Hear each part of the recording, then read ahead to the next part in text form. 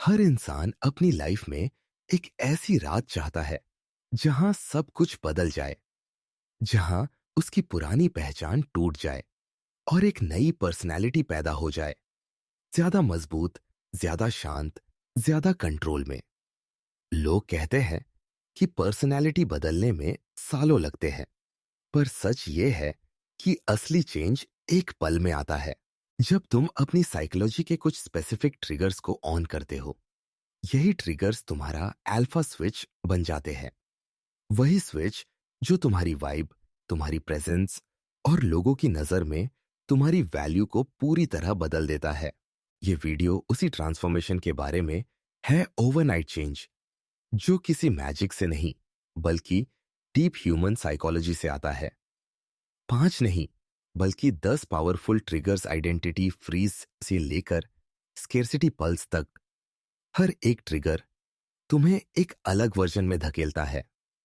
एक ऐसा वर्जन जो कम बोलता है, ज्यादा ऑब्जर्व करता है, बाउंड्रीज रखता है और अपनी प्रेजेंस से ही रिस्पेक्ट खींचता है। अगर तुम रेडी हो अपनी पुरानी इमेज को छोड़कर अपनी नई ऑरा बनाने के लिए, तो ये सफर यहीं से शुरू होता है। Here, now. और हाँ, अगर तुम्हें ऐसे डीप साइकोलॉजिकल वीडियोस पसंद आते हैं तो चैनल को लाइक और सब्सक्राइब जरूर कर देना, ताकि ये जर्नी यहीं पर रुके नहीं। Chapter 1, identity freeze. कभी कभी जिंदगी में सबसे बड़ा चेंज तब आता है जब तुम एक पल के लिए रुक जाते हो और अपनी पुरानी आइडेंटिटी को पूरी तरह फ्रीज कर देते हो। आइडेंटिटी फ्रीज का मतलब है अपने पुराने वर्जन को एकदम ठंडा कर देना, उसके हैबिट्स, रिएक्शंस, फियर्स, ओवरथिंकिंग, सबको बंद कर देना। ये वो मोमेंट होता है जब तुम ये डिसाइड करते हो कि अब वही इंसान नहीं रहना जो लोग समझते आए हैं। पर्सनैलिटी शिफ्ट हमेशा बिहेवियर से शुरू नहीं होती। वो शुरू होती है उस साइलेंस से जिसमें तुम अपनी नई आइडेंटिटी को शेप देते हो। आइडेंटिटी फ्रीज का पहला स्टेप है अपने आप को ऑब्जर्व करना। तुम कैसे बोलते हो, कैसे रिएक्ट करते हो, कैसे चल रहे हो, और सबसे ज्यादा लोग तुम्हें कैसे ट्रीट करते हैं। ये ऑब्जर्वेशन तुम्हारा मिरर बन जाता है। जब तुम खुद को एक आउटसाइडर की नजर से देखते हो, तभी तुम्हें समझ आता है कि तुम्हारे अंदर क्या चेंज होना चाहिए। यही अवेयरनेस तुम्हारा पहला साइकोलॉजिकल ट्रिगर बनती है, जो तुम्हारी ओल्ड आइडेंटिटी को धीरे धीरे इनविजिबल कर देती है। दूसरा स्टेप है बिहेवियरल शटडाउन। इसका मतलब है कि कुछ दिन के लिए तुम अपनी ऑटोमेटिक हैबिट्स को पॉज कर देते हो, जैसे हर बात पर हंस देना, हर चीज पर रिएक्ट कर देना, हर जगह जरूरत से ज्यादा बोलना, खुद को एक्सप्लेन करते रहना और अपनी वैल्यू प्रूव करने की कोशिश करना। जब तुम ये सब बंद कर देते हो, तुम्हारा नर्वस सिस्टम एक नई मोड में शिफ्ट होने लगता है। तुम काम, कंट्रोल्ड और अनरीडेबल बनते जाते हो, और यही अनरीडेबिलिटी तुम्हें पावरफुल बनाती है। आइडेंटिटी फ्रीज में तीसरा स्टेप है साइलेंट रिसेट। ये एक इनर ट्रांसफॉर्मेशन है जिसमें तुम अपने हर एक्शन को सोच समझकर करते हो। तुम डिसाइड करते हो कि अब तुम किस तरह की वॉक रखोगे, किस तरह का टोन यूज करोगे, किस तरह की आई कांटेक्ट मेंटेन करोगे और किन चीजों पर रिएक्ट नहीं करोगे। ये सब छोटा लगता है, पर साइकोलॉजी में यही माइक्रो शिफ्ट्स तुम्हारी पूरी पर्सनैलिटी को रिवायर कर देते हैं। लोग नोटिस भी नहीं करते कि कैसे तुम धीरे धीरे एक अलग वाइब ले आए हो, पर उनका बिहेवियर अपने आप बदलने लगता है। तुम अचानक से ज्यादा रिस्पेक्टेड महसूस करते हो, क्योंकि अब तुम प्रिडिक्टेबल नहीं रहे। आइडेंटिटी फ्रीज का असली पावर यह है कि ये तुम्हें अपनी स्टोरी का एडिटर बना देता है। पहले तुम ऑटो पायलट पर जी रहे थे, अब तुम कॉन्शियसली डिसाइड कर रहे हो कि तुम्हारा अगला वर्जन कौन होगा। तुम्हारे अंदर का वीक, कंफ्यूज्ड, ओवर थिंकिंग वाला वर्जन पीछे रह जाता है और उसकी जगह एक काम, कंट्रोल्ड, साइलेंट अथॉरिटी लेकर आता है। ये ओवरनाइट चेंज नहीं लगता, लेकिन इसकी शुरुआत एक ही मोमेंट में होती है जब तुम खुद को फ्रीज करके अपने अंदर नई कोडिंग डालते हो। और हाँ, अब मैं तुमसे एक छोटा सा सवाल पूछना चाहता हूँ। अगला वीडियो किस टॉपिक पर देखना चाहोगे? अपनी सजेशन कमेंट्स में जरूर छोड़ देना। Chapter 2, social gravity. Social gravity का मतलब है वो इनविजिबल पुल जो कुछ लोगों में होता है। वो ज्यादा नहीं बोलते, ज्यादा एक्सप्लेन नहीं करते, पर फिर भी लोग उनकी ओर खींचे चले आते हैं। मजे की बात यह है कि ये कोई नेचुरल टैलेंट नहीं है। ये एक साइकोलॉजिकल ट्रिगर है जिसे कोई भी एक्टिवेट कर सकता है, अगर वो ये समझ ले कि अटेंशन कैसे काम करती है। सोशल ग्रेविटी उसी पल बनती है जब तुम लोगों को अपनी तरफ पुश करने की कोशिश छोड़ देते हो और इंस्टेड उन्हें अपनी तरफ पुल करना शुरू कर देते हो। इसका पहला रूल है कंट्रोल्ड अवेलेबिलिटी। सबसे बड़ी गलती जो लोग करते हैं वो है हर समय अवेलेबल रहना, मैसेजेस का तुरंत जवाब देना, हर कॉल उठाना, हर कॉन्वर्सेशन में जंप कर जाना। ये बिहेवियर तुम्हारी वैल्यू को धीरे धीरे गिराता जाता है। जब तुम अपनी अवेलेबिलिटी कम करते हो, जब तुम रिस्पॉन्सेस को थोड़ा डिले करते हो, जब तुम बिना रीजन हर किसी से बात नहीं करते, लोग तुम्हारी प्रेजेंस को ज्यादा नोटिस करने लगते हैं। स्कैर्सिटी हमेशा वैल्यू बढ़ाती है, चाहे वो चीज हो या इंसान। दूसरा रूल है eye contact law. Eye contact वो साइलेंट लैंग्वेज है जो डोमिनेंस और कॉन्फिडेंस को बिना एक वर्ड बोले एक्सप्रेस कर देती है। सोशल ग्रेविटी तभी बनती है जब तुम न अपनी नजरों को छुपाते हो, न उन्हें एग्रेसिवली स्टेयर करने में बदल देते हो। बैलेंस्ड, काम, स्टेडी आई कांटेक्ट यही तुम्हारी प्रेजेंस को मैग्नेटिक बनाता है। ये आई कांटेक्ट बोलता है, मैं यहां हूं, पर मैं कोशिश नहीं कर रहा। और यही एफर्टलेस एनर्जी लोगों को अट्रैक्ट करती है। तीसरा रूल है स्लो मूवमेंट प्रिंसिपल। लोग तब असुरक्षित और वीक लगते हैं जब वो तेज, रश्ड या रेसलेस मूवमेंट्स करते हैं। जब तुम अपने एक्शंस को स्लो, स्टेडी और कंट्रोल्ड रखते हो, चलना, बैठना, मुड़ना या सिर उठाना तक ये तुम्हारी प्रेजेंस को शांत और ऑथोरिटेटिव बना देता है। साइकोलॉजी में इसे हाई वैल्यू पोस्चर कहा जाता है। जो इंसान जल्दी जल्दी रिएक्ट करता है वो अक्सर अप्रूवल मांग रहा होता है, और जो आदमी शांत है, सोच समझकर मूव करता है, वो अपने माहौल पर कंट्रोल रखता है। यही कामनेस तुम्हारा ग्रेविटेशन फील्ड बनाती है। चौथा रूल है मिनिमल टॉकिंग। ज्यादा बोलना वैल्यू घटाता है। कम बोलना, सोचकर बोलना और उस समय बोलना जब जरूरत हो, ये वो फैक्टर्स हैं जो तुम्हें मिस्टीरियस और पावरफुल बनाते हैं। सोशल ग्रेविटी में साइलेंस एक टूल है। जब तुम कम बोलते हो, लोग तुम्हारी बातों को ज्यादा सीरियसली लेते हैं। तुम्हारी हर लाइन का वेट बढ़ जाता है। पांचवा रूल है इमोशनल न्यूट्रलिटी। सोशल ग्रेविटी तभी बनती है जब तुम छोटे छोटे कमेंट्स, ओपिनियंस, टॉन्ट्स या क्रिटिसिज्म पर रिएक्ट नहीं करते। तुम्हारी काम रिएक्शन लोगों को कंफ्यूज भी करती है और अट्रैक्ट भी। ऐसा लगता है कि तुम अपने भीतर एक अलग स्पेस में ऑपरेट कर रहे हो, जहां बाहरी चीजें तुम्हें डिस्टर्ब नहीं कर सकती। यह न्यूट्रल एनर्जी तुम्हें भीड़ से अलग कर देती है। सोशल ग्रेविटी का असली सीक्रेट यह है कि इसमें तुम लोगों को चेस नहीं करते। तुम बस अपने बिहेवियर को इतना स्टेबल, कंट्रोल्ड और कंसिस्टेंट बनाते हो कि लोग खुद तुम्हारी ओर खींचने लगते हैं। तुम उनके लिए एक फिक्स्ड पॉइंट बन जाते हो, एक ऐसा प्रेजेंस जो रेयर है, प्रिडिक्टेबल नहीं है और एफर्टलेस अथॉरिटी रखती है। यही वो पुल है जिसे दुनिया ग्रेविटी कहती है। Chapter 3, cold detach. Cold detach यानी अपने इमोशंस को काट देना नहीं, बल्कि उन्हें कंट्रोल में रखना। यह साइकोलॉजिकल ट्रिगर तुम्हें इंस्टेंट पावर देता है, क्योंकि दुनिया में ज्यादातर लोग रिएक्शन बेस्ड होते हैं। छोटा सा कमेंट, छोटी सी नजरअंदाजी, हल्की सी इंसल्ट और लोग टूट जाते हैं, गुस्सा दिखा देते हैं या ओवर रिएक्ट कर देते हैं। लेकिन जब तुम कोल्ड डिटैच मोड में आते हो, तुम किसी भी सिचुएशन में स्टेबल रहते हो। यही स्टेबिलिटी दूसरों की नजर में तुम्हें अलग बना देती है। कोल्ड डिटैच का पहला स्टेप है अपने इमोशनल बटन्स को पहचानना।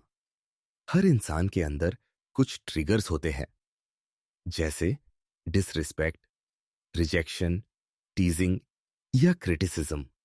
यही वही जगह है जहां से दूसरों को तुम पर कंट्रोल मिल जाता है। कोल्ड डिटैच में तुम उन बटन्स को डीएक्टिवेट कर देते हो। मतलब वही बात जो पहले तुम्हें डिस्टर्ब कर सकती थी, अब तुम्हारे अंदर कोई वेव पैदा नहीं करती। तुम सुनते हो, ऑब्जर्व करते हो, पर रिएक्ट नहीं करते। इसी नॉन रिएक्टिव एनर्जी को साइकोलॉजी में इमोशनल डोमिनेंस कहा जाता है। दूसरा स्टेप है स्लो इमोशनल प्रोसेसिंग। ज्यादातर लोग बात सुनते ही तुरंत रिएक्शन दे देते हैं। कोल्ड डिटैच में तुम पहले ऑब्जर्व करते हो, फिर एनालाइज करते हो, और उसके बाद डिसाइड करते हो कि रिस्पॉन्स देना भी है या नहीं। इस डिले में ही तुम्हारी पावर छुपी होती है। जब तुम हर चीज को तुरंत प्रोसेस नहीं करते, तुम्हारा दिमाग अधिक काम और स्ट्रैटेजिक मोड में शिफ्ट हो जाता है। तुम्हारा बॉडी लैंग्वेज स्टेडी होता है और दूसरों पर तुम्हारी वाइब भारी पड़ने लगती है। तीसरा स्टेप है फेशियल न्यूट्रलिटी। कोल्ड डिटैच का असर सबसे ज्यादा चेहरे पर दिखता है। तुम्हारी एक्सप्रेशनलेस, काम, स्टेडी फेस स्ट्रक्चर एक स्ट्रॉन्ग साइकोलॉजिकल मैसेज भेजता है, तुम मुझ पर असर नहीं डाल पा रहे। लोग ऐसे इंसान की रिस्पेक्ट नेचुरली बढ़ा देते हैं जिसे डिस्टर्ब करना मुश्किल हो। ये अनरीडेबल एक्सप्रेशन तुम्हें मिस्टीरियस भी बनाता है और इंटिमिडेटिंग भी। और सबसे अहम बात, ये कोई एक्टिंग नहीं होती, बल्कि तुम्हारे इनर कामनेस की सरफेस अपीयरेंस होती है। चौथा स्टेप है कंट्रोल टोन। कोल्ड डिटैच में तुम न अपनी आवाज ऊंची करते हो, न ज्यादा सॉफ्ट बन जाते हो। तुम्हारी टोन कंसिस्टेंट, काम और थोड़ा डीप रहती है। ये सटल चेंज तुम्हारी प्रेजेंस को पावरफुल बना देता है। लोग तुम्हारी बातों को ज्यादा सीरियसली सुनते हैं क्योंकि तुम्हारी आवाज में कोई इनसिक्योरिटी नहीं होती।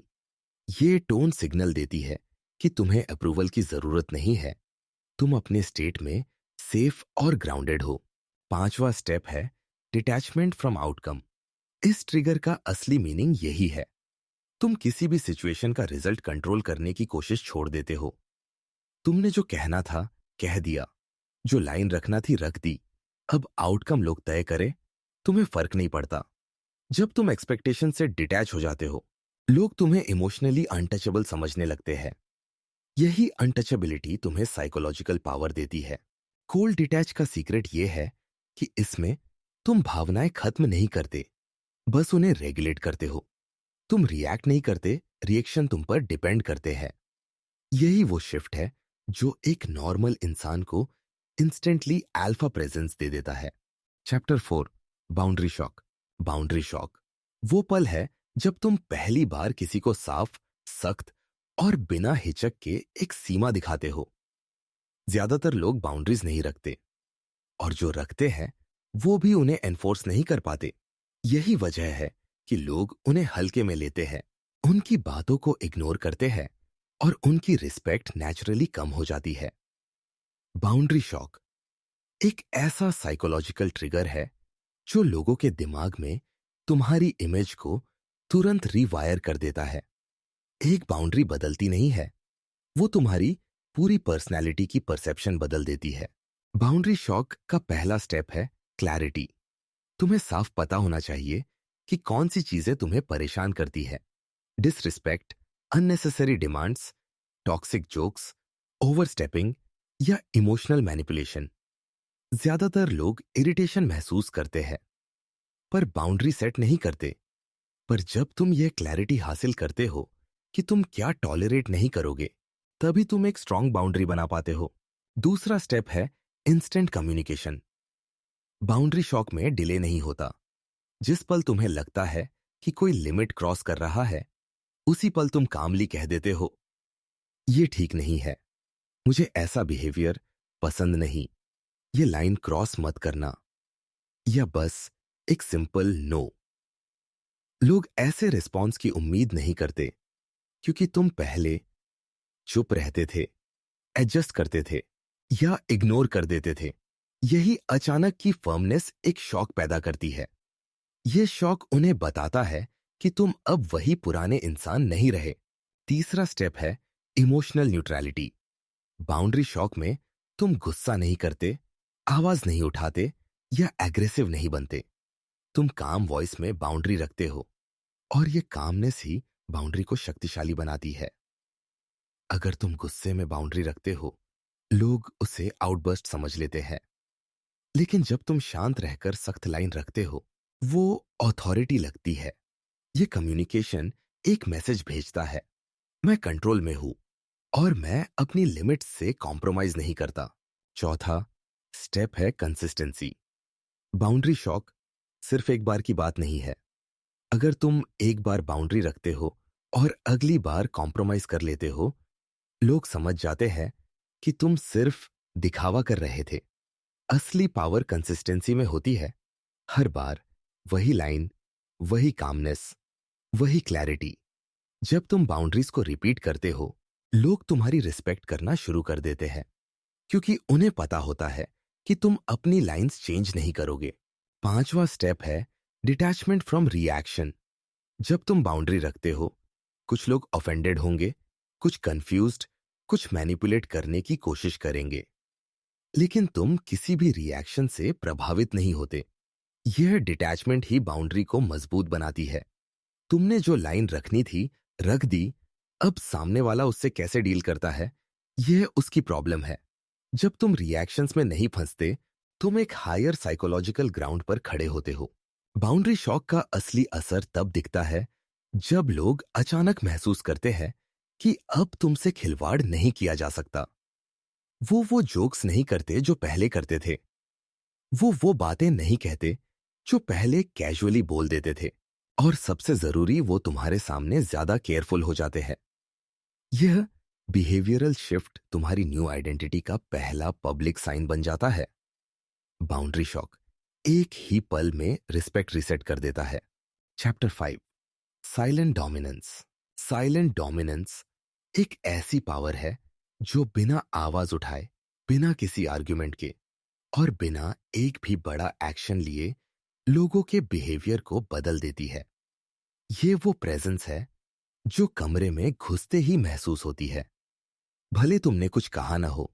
जब तुम साइलेंस को सही तरीके से यूज करना सीख जाते हो, तुम नेचुरली डोमिनेंट दिखने लगते हो, स्टेडी, काम और अनशेकेबल।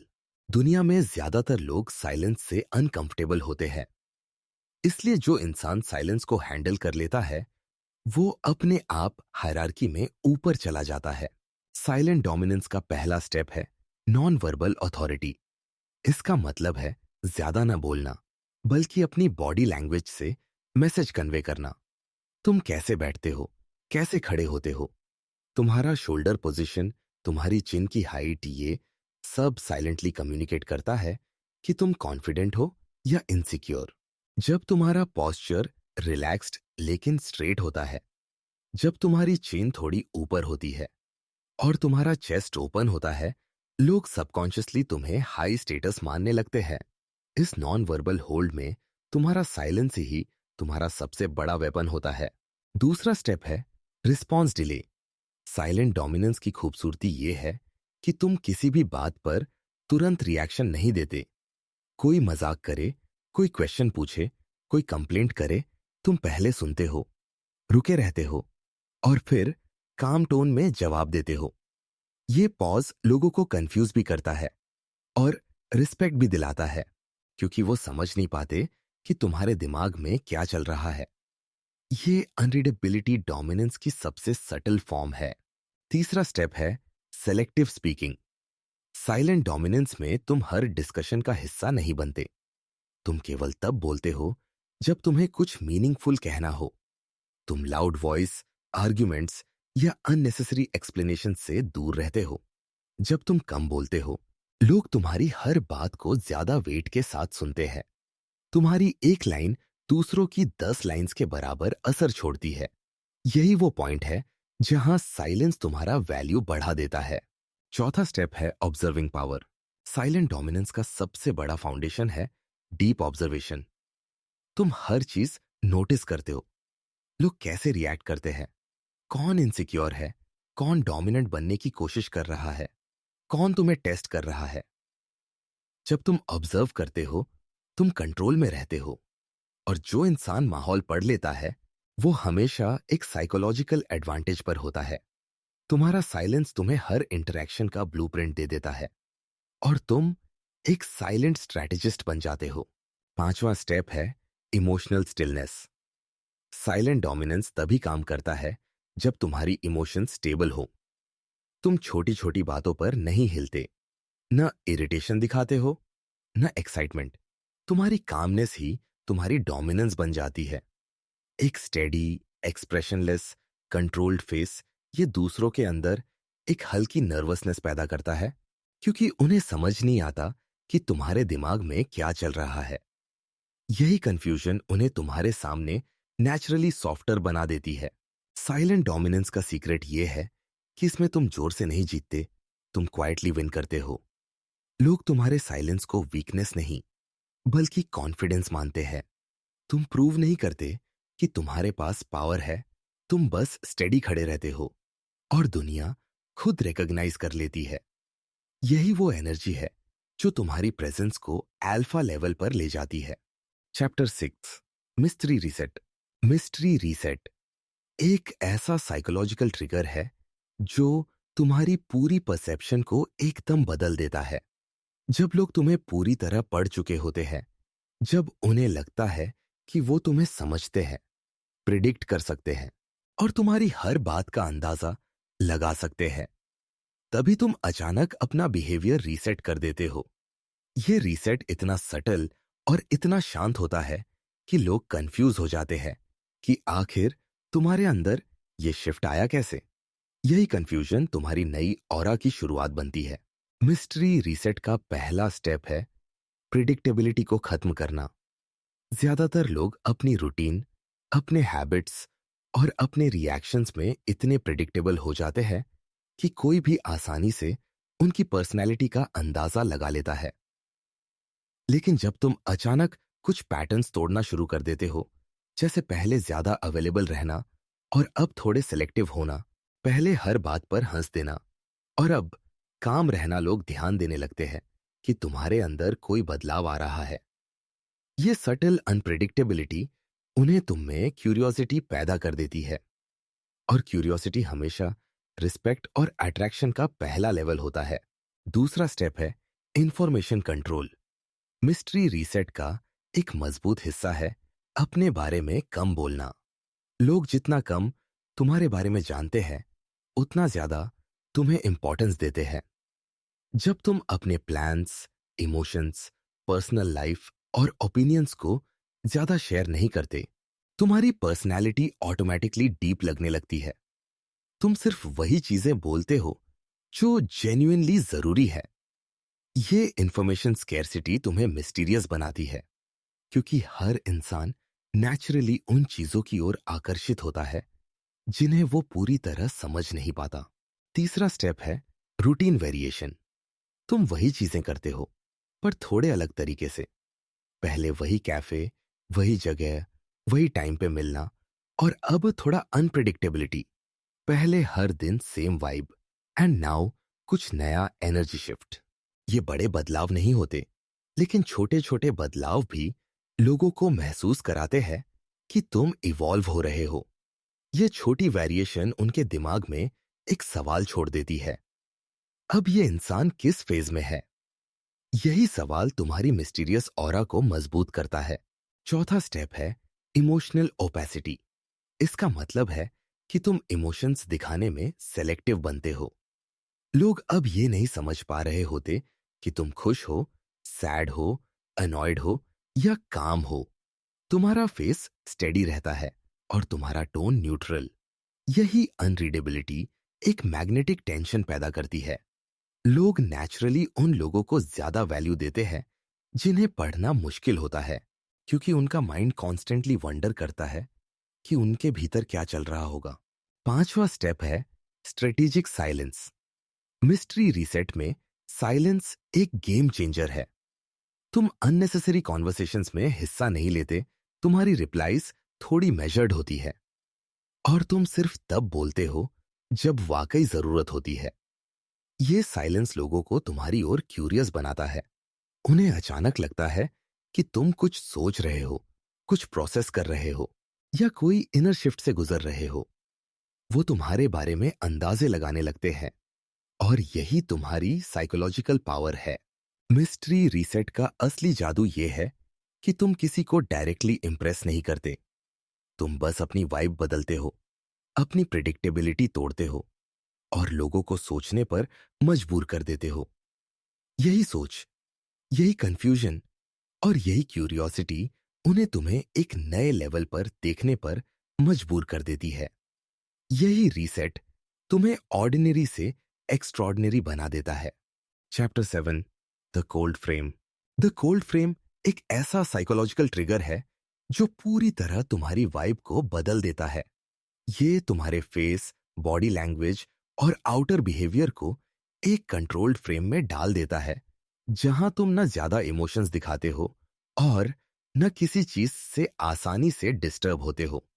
यह फ्रेम तुम्हें इंस्टेंटली पावरफुल, काम और हाई वैल्यू दिखाता है, क्योंकि दुनिया में बहुत कम लोग अपनी एक्सप्रेशंस और रिएक्शंस को कॉन्शियसली कंट्रोल कर पाते हैं। द कोल्ड फ्रेम तुम्हें वो फसाड देता है, एक शांत, स्टेडी और अनरीडेबल प्रेजेंस। कोल्ड फ्रेम का पहला स्टेप है फेशियल न्यूट्रलिटी। इसका मतलब है कि तुम अपना फेस नेचुरली काम रखते हो, ना ज्यादा मुस्कुराना, ना ज्यादा फ्राउन करना और न ही हर बात पर चेहरे पर रिएक्शन दिखा देना। जब तुम्हारा फेस स्टेडी रहता है, लोग ऑटोमेटिकली तुम्हें कॉन्फिडेंट समझते हैं, क्योंकि साइकोलॉजी में न्यूट्रल फेस को डोमिनेंस के साथ जोड़कर देखा जाता है।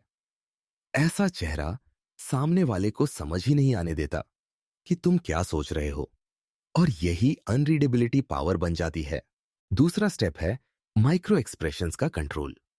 आम इंसान छोटी छोटी सिचुएशंस में भी अपनी माइक्रो एक्सप्रेशंस रिवील कर देता है, जैसे इनसिक्योरिटी का हल्का सा आईब्राउ रेज, नर्वसनेस में लिप प्रेस या एक्साइटमेंट में आईज वाइडन हो जाना। द कोल्ड फ्रेम में तुम इन माइक्रो एक्सप्रेशंस को रिस्ट्रिक्ट करना सीखते हो। इसका मतलब ये नहीं कि तुम स्टिफ हो जाओ, बल्कि तुम अपने फेस को काम मोड में रखते हो, बिना अननेसेसरी ट्विच या फ्लिक के। इससे तुम्हारा प्रेजेंस कंट्रोल्ड लगता है और लोग तुम्हारी वाइब से इंटिमिडेटेड महसूस करते हैं। तीसरा स्टेप है स्लो एंड स्टेबल ब्लिंकिंग। ये एक छोटा डिटेल है, लेकिन साइकोलॉजिकल लेवल पर बड़ा असर डालता है। जो लोग फास्ट ब्लिंक करते हैं, वो एंग्शियस, नर्वस या स्ट्रेस्ड दिखाई देते हैं। जब तुम्हारी ब्लिंकिंग स्लो और स्टेडी होती है, तुम शांत और कंपोज्ड लगते हो। इससे तुम्हारी आईज पावरफुल और डीप दिखाई देती है। ये एक ऐसा साइलेंट सिग्नल है जो लोगों को सबकॉन्शियसली कहता है कि तुम प्रेशर में भी स्टेबल रहते हो। चौथा स्टेप है स्टिलनेस की हैबिट। द कोल्ड फ्रेम में मूवमेंट बहुत लिमिटेड होती है। तुम अननेसेसरी हाथ हिलाना, सिर हिलाना या रेस्टलेस जेस्चर्स अवॉइड करते हो। तुम्हारा बॉडी लैंग्वेज ग्राउंडेड और कंट्रोल्ड होना चाहिए। जब तुम कम मूव करते हो, तुम्हारी प्रेजेंस हैवी लगती है, एक ऐसी एनर्जी जो पूरे माहौल पर असर डालती है। लोग ऑटोमेटिकली तुम्हें सीरियस और थॉटफुल समझने लगते हैं, क्योंकि तुम हर जेस्चर सिर्फ जरूरत पर करते हो। पांचवा स्टेप है इमोशन डिले मैकेनिज्म। इसका मतलब है कि जिस भी चीज पर तुम्हें रिएक्ट करना है, पहले तुम उसे 2 सेकंड ऑब्जर्व करते हो। ये छोटा सा पॉज तुम्हारी इमोशनल मैच्योरिटी को दिखाता है। ये वाइब देता है कि तुम हर बात को सोचकर प्रोसेस करते हो, इम्पल्सिवली रिएक्ट नहीं करते। इससे न सिर्फ तुम्हारा कंट्रोल बढ़ता है, बल्कि सामने वाले की रिस्पेक्ट भी। लोग महसूस करते हैं कि तुम उनके वर्ड्स या एक्शंस से आसानी से शेक नहीं होते। छठा स्टेप है fixed gaze posture. The cold frame तुम्हारी आईज एक smooth, steady, controlled gaze maintain करती है। तुम नजरें चुराते नहीं और न ही एग्रेसिवली स्टेयर करते हो। तुम्हारी गेज बस नेचुरल और ग्राउंडेड रहती है, सीधी, काम और डीप। यही गेज लोगों में हल्की सी इनसिक्योरिटी पैदा कर देती है, क्योंकि उन्हें लगता है कि तुम उन्हें रीड कर सकते हो, लेकिन खुद को रिवील नहीं करते। द कोल्ड फ्रेम की ताकत यह है कि ये तुम्हें बिना एक शब्द बोले हाई वैल्यू दिखा देता है। तुम्हारा फेस काम, तुम्हारी आईज स्टेडी, तुम्हारी बॉडी स्टिल, ये सब मिलकर एक ऐसी पर्सनालिटी बनाते हैं जो लोगों को इंस्टेंटली इम्पैक्ट करती है। द कोल्ड फ्रेम तुम्हारी आउटर शेल को इतना पावरफुल बना देता है कि तुम नॉर्मल से अलग, कंट्रोल्ड और डोमिनेंट दिखने लगते हो। यही कोल्ड एक्सटीरियर तुम्हारी न्यू अल्फा प्रेजेंस की सबसे मजबूत दीवार बन जाता है। Chapter 8, power posture. Power posture सिर्फ खड़े होने या बैठने का तरीका नहीं है, ये एक पूरी साइकोलॉजिकल लैंग्वेज हो। लोग तुम्हारी पर्सनैलिटी जज करने में सबसे ज्यादा जिस चीज पर भरोसा करते हैं वो है तुम्हारा पॉस्चर, तुम्हारा खड़े होने का तरीका, तुम्हारी वॉकिंग स्टाइल, तुम्हारा शोल्डर पोजीशन और तुम्हारा हेड एंगल। पावर पॉस्चर वो ट्रिगर है जो तुम्हारी पूरी प्रेजेंस को हाई वैल्यू, ग्राउंडेड और डोमिनेंट दिखाता है, चाहे तुम एक शब्द भी ना बोलो। यह पॉस्चर तुम्हारे अंदर की स्टेबिलिटी को आउटसाइड वर्ल्ड में ट्रांसलेट करता है। पावर पॉस्चर का पहला स्टेप है ओपन बॉडी अलाइनमेंट। ज्यादातर इनसिक्योर लोग अपना बॉडी कॉन्ट्रैक्ट रखते हैं, शोल्डर्स थोड़ा अंदर की तरफ, नेक नीचे, आर्म्स फोल्डेड या बैक थोड़ी झुकी हुई। ये पॉस्चर सीधे सीधे सिग्नल्स देता है कि तुम डिफेंसिव हो या अप्रूवल चाहते हो। लेकिन जब तुम अपना चेस्ट ओपन रखते हो, शोल्डर्स नेचुरली पीछे ले जाते हो और स्पाइन स्ट्रेट रखते हो, तो तुम इंस्टेंटली कॉन्फिडेंट दिखने लगते हो। ओपन पॉस्चर ब्रेन में भी डोमिनेंस के सिग्नल्स एक्टिवेट करता है, जिससे तुम अंदर से भी स्टेबल महसूस करने लगते हो। दूसरा स्टेप है weight distribution control. Power posture में तुम हमेशा ग्राउंडेड दिखते हो। इसका मतलब यह है कि तुम अपने पैरों को फर्मली जमीन पर रखते हो, बॉडी का वेट इवनली डिस्ट्रीब्यूट करते हो और अननेसेसरी शिफ्टिंग अवॉइड करते हो। जब लोग अपने पैरों पर लगातार वेट बदलते रहते हैं तो वो नर्वस या रेस्टलेस दिखते हैं। लेकिन जब तुम स्टिल और ग्राउंडेड खड़े होते हो, तुम अंदर से सिक्योर लगते हो। ये ग्राउंडेडनेस सामने वाले पर साइकोलॉजिकल प्रेशर क्रिएट करती है, क्योंकि स्टेबिलिटी हमेशा पावर का संकेत होती है। तीसरा स्टेप है slow movement rule. Power posture में कोई भी मूवमेंट अचानक या तेज नहीं होती। तुम्हारी वॉक स्टेडी होती है, ना बहुत स्लो ना वेरी फास्ट।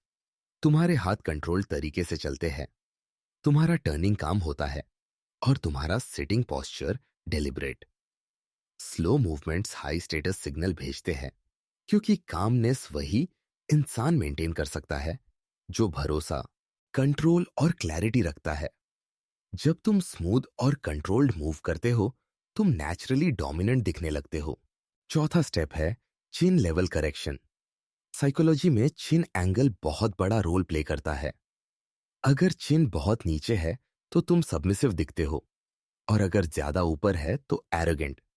पावर पॉस्चर में चिन स्लाइटली एलिवेटेड रहती है, जिससे तुम अप्रोचेबल लेकिन स्ट्रांग दिखते हो। यह एंगल तुम्हारी आईज को नेचुरली स्टेडी बनाता है और तुम्हारी प्रेजेंस को न्यूट्रल डोमिनेंस देता है। पांचवा स्टेप है टोर्सो ओरिएंटेशन। तुम किसकी तरफ टर्न करते हो और किससे हटते हो, यह भी पावर का सिग्नल है। अगर तुम हर किसी की तरफ झुककर बात करते हो तो तुम अप्रूवल सीकिंग दिखते हो। लेकिन पावर पॉस्चर में टोर्सो न्यूट्रल या स्लाइटली बैक रहता है। यह सटल सिग्नल देता है कि तुम एक्सेसिबल हो लेकिन डेस्परेट नहीं। लोग सबकॉन्शियसली इस बिहेवियर को रिस्पेक्ट समझते हैं। छठा स्टेप है हैंड पोजिशनिंग मास्टरी। हाथों को बहुत ज्यादा हिलाना, पॉकेट्स में छिपाना या कंटिन्यूअसली फिजेट करना इनसिक्योरिटी को रिवील करता है। पावर पॉस्चर में हाथ रिलैक्स्ड होते हैं, या तो साइड में नेचुरली या फिर स्लाइड क्लास्प में। यह पोजीशन काम अथॉरिटी दिखाती है। जेस्चर कम रखो, पर जब करो तो कंट्रोल्ड और मीनिंगफुल। सातवां स्टेप है सिटिंग डोमिनेंस। जब तुम बैठते हो तो तुम्हारा बैक स्ट्रेट होना चाहिए, शोल्डर्स रिलैक्स्ड और लेग्स ग्राउंडेड। लीनिंग फॉरवर्ड जिज्ञासा दिखा सकता है, पर लगातार ऐसा करना सबमिसिव लगता है। जब तुम थोड़ा बैक रखकर बैठते हो, तुम स्टेबल और कॉन्फिडेंट दिखते हो। पावर पॉस्चर का मैजिक ये है कि इससे तुम न सिर्फ दूसरों की नजरों में बदलते हो, बल्कि खुद के दिमाग में भी। बॉडी लैंग्वेज माइंड को सिग्नल भेजती है कि तुम कंट्रोल में हो, और माइंड उसी एनर्जी पर ऑपरेट करने लगता है। यही पोस्चर तुम्हें क्वाइट अथॉरिटी देता है, बिना एग्रेशन, बिना लाउडनेस, सिर्फ प्रेजेंस से। यही तुम्हारी अल्फा फ्रेम की साइलेंट फाउंडेशन बन जाती है। Chapter 9, value reversal. Value reversal एक ऐसा मनोवैज्ञानिक पल होता है जहां इक्वेशंस उलट जाते हैं, जहां तुम लोगों के पीछे नहीं भागते, बल्कि लोग तुम्हारी ओर आते हैं। ज्यादातर लोग अपनी लाइफ में वैल्यू देने की कोशिश में इतने बिजी रहते हैं कि वो खुद को ही डिवैल्यू कर देते हैं। लेकिन वैल्यू रिवर्सल में तुम गेम का पूरा फॉर्मेट बदल देते हो। यहां तुम चेस नहीं करते, तुम अट्रैक्ट करते हो। तुम प्रूव नहीं करते, तुम चूज करते हो। और ये रिवर्सल तुम्हारी आइडेंटिटी को इंस्टेंटली हाई वैल्यू बना देता है। वैल्यू रिवर्सल का पहला स्टेप है अप्रूवल डिटैचमेंट। जब तुम हर चीज में हां कहने की आदत छोड़ते हो, जब तुम हर बात पर वैलिडेशन की उम्मीद नहीं रखते, और जब तुम अपने डिसीजन सिर्फ लोगों को खुश करने के लिए नहीं लेते, तुम्हारी वैल्यू ऑटोमेटिकली बढ़ने लगती है। ऐसा इसलिए क्योंकि साइकोलॉजी में जो इंसान अप्रूवल सीकिंग नहीं होता, वही सबसे कॉन्फिडेंट माना जाता है। अप्रूवल डिटैचमेंट तुम्हें एक ऐसी वाइब देता है जहां तुम अपने खुद के स्टैंडर्ड्स पर ऑपरेट करते हो। दूसरा स्टेप है सेलेक्टिव एक्सेस। वैल्यू रिवर्सल तभी पॉसिबल है जब तुम लोगों को अपनी लाइफ में एक्सेस देने में बहुत सेलेक्टिव हो जाते हो। इसका मतलब है कि तुम हर किसी से लंबी बातचीत नहीं करते, हर दोस्ती को प्रायोरिटी नहीं देते, और हर मैसेज का इमीडिएट रिस्पॉन्स नहीं देते। जब तुम एक्सेस कम कर देते हो, लोग नेचुरली तुम्हें ज्यादा वैल्यू देने लगते हैं, क्योंकि स्कैरसिटी हमेशा वैल्यू को बढ़ा देती है। तुम रेयर बनते हो, और रेयरिटी ही पावर है। तीसरा स्टेप है एनर्जी फिल्टरिंग। इसका मतलब है कि तुम अपनी इमोशनल और मेंटल एनर्जी सिर्फ उन लोगों पर खर्च करते हो जो जेन्युइनली वैल्यू ऐड करते हैं। जो लोग सिर्फ ड्रामा, गॉसिप या नेगेटिविटी लाते हैं, तुम उनसे डिस्टेंस रखना शुरू कर देते हो। जब तुम अपनी एनर्जी को प्रोटेक्ट करते हो, तुम एक स्ट्रांग बाउंड्री बनाते हो, और लोग समझ जाते हैं कि तुम्हारी टाइम और एनर्जी की कीमत है। यह परसेप्शन वैल्यू को रीडिफाइन कर देता है। चौथा स्टेप है non chasing behaviour. Value reversal का सबसे पावरफुल हिस्सा यही है। तुम किसी को इम्प्रेस करने के लिए एक्स्ट्रा एफर्ट नहीं करते, किसी को बनाए रखने के लिए खुद को बेंड नहीं करते, और किसी के दूर जाने से डरते नहीं हो। तुम कामली लेट थिंग्स फ्लो करते हो। यह वाइब लोगों को अंदर से शेक कर देती है, क्योंकि उन्हें सडनली लगता है कि तुम कंट्रोल में हो, और तुम्हारी लाइफ उनके प्रेजेंस पर डिपेंड नहीं करती। यही सेल्फ सफिशिएंसी तुम्हें मैग्नेटिक बनाती है। पांचवा स्टेप है इमोशनल इंडिपेंडेंस। जब तुम अपनी हैप्पीनेस, मोटिवेशन और कॉन्फिडेंस किसी के बिहेवियर या अटेंशन पर डिपेंड नहीं करते, तुम इंस्टेंटली हाई वैल्यू बन जाते हो। लोग उन लोगों का रिस्पेक्ट करते हैं जो अपने इमोशंस के राजा होते हैं, ना कि गुलाम।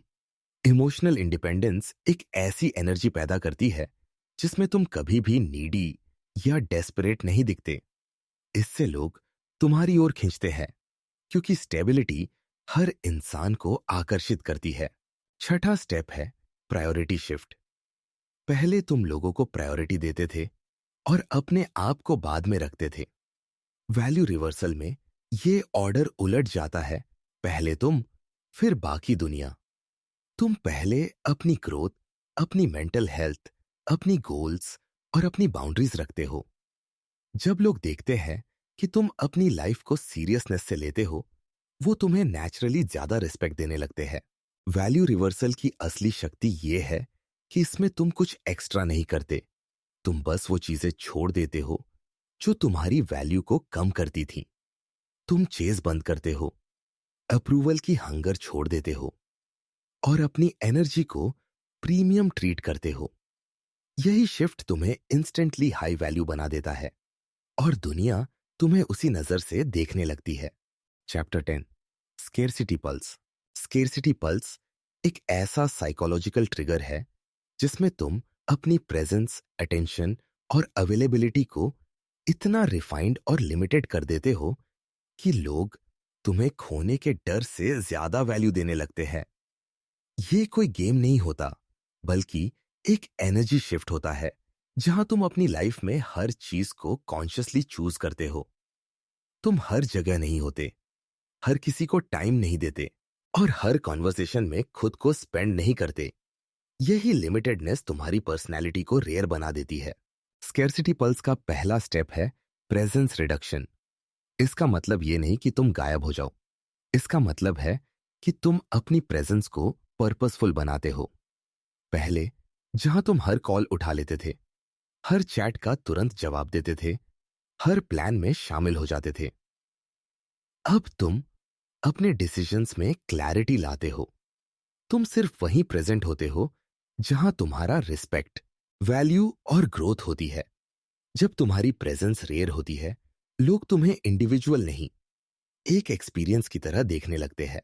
दूसरा स्टेप है अवेलेबिलिटी शिफ्ट।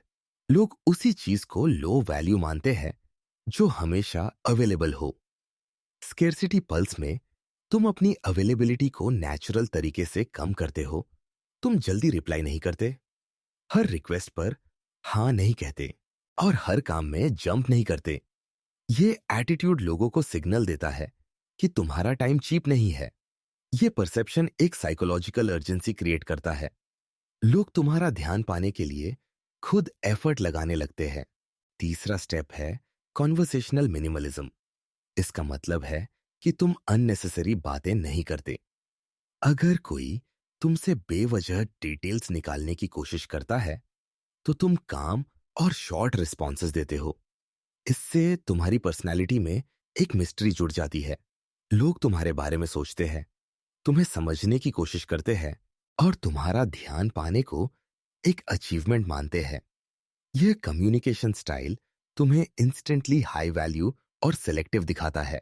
चौथा स्टेप है सेल्फ प्रायोरिटाइजेशन। स्केर्सिटी तभी ऑथेंटिक बनती है जब तुम अपने गोल्स, हैबिट्स एंड ग्रोथ को सबसे ऊपर रखो।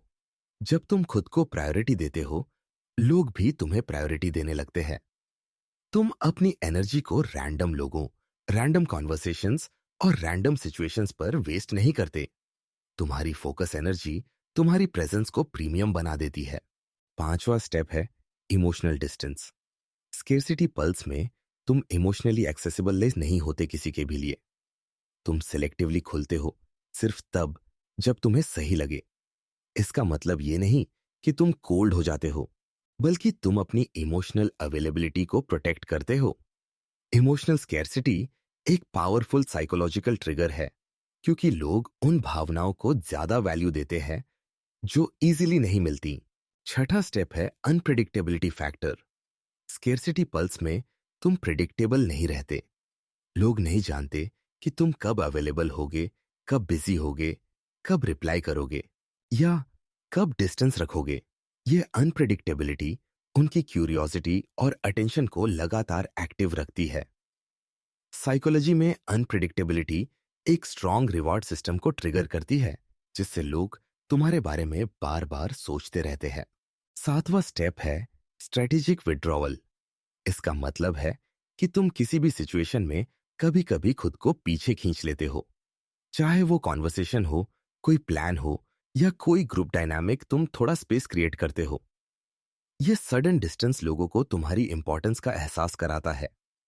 उन्हें लगता है कि तुम किसी भी पल मूव ऑन कर सकते हो, और यही फियर ऑफ लॉस उनकी रिस्पेक्ट और इंटरेस्ट दोनों बढ़ा देता है। स्केर्सिटी पल्स की असली ताकत यह है कि इसमें तुम फेक नहीं बनते, बस अपनी वैल्यू को वेस्ट होने से बचाते हो। तुम अपनी एनर्जी को रेयर बनाते हो, अपनी प्रेजेंस को कंट्रोल्ड रखते हो और अपनी अवेलेबिलिटी को प्रीमियम बना देते हो। यह स्कैर्सिटी लोगों पर एक सटल प्रेशर डालती है और उन्हें तुम्हें ज्यादा सीरियसली लेने पर मजबूर करती है। और अगर तुम्हें ऐसे डीप साइकोलॉजिकल ट्रांसफॉर्मेशन सीखना अच्छा लगता है, तो वीडियो को लाइक और चैनल को सब्सक्राइब जरूर कर देना, ताकि मैं तुम्हारे लिए ऐसी और पावरफुल कंटेंट लाता रहूं।